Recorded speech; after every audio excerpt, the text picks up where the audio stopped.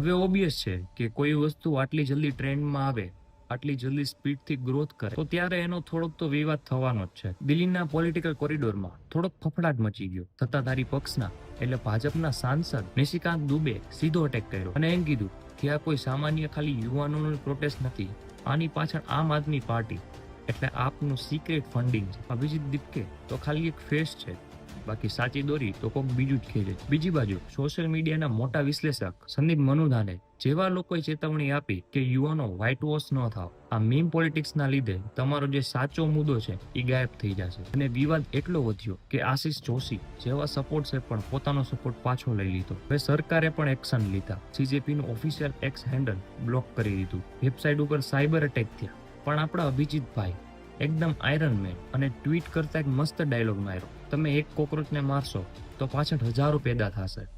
cockroach ખાલી road ઉપર જ નથી,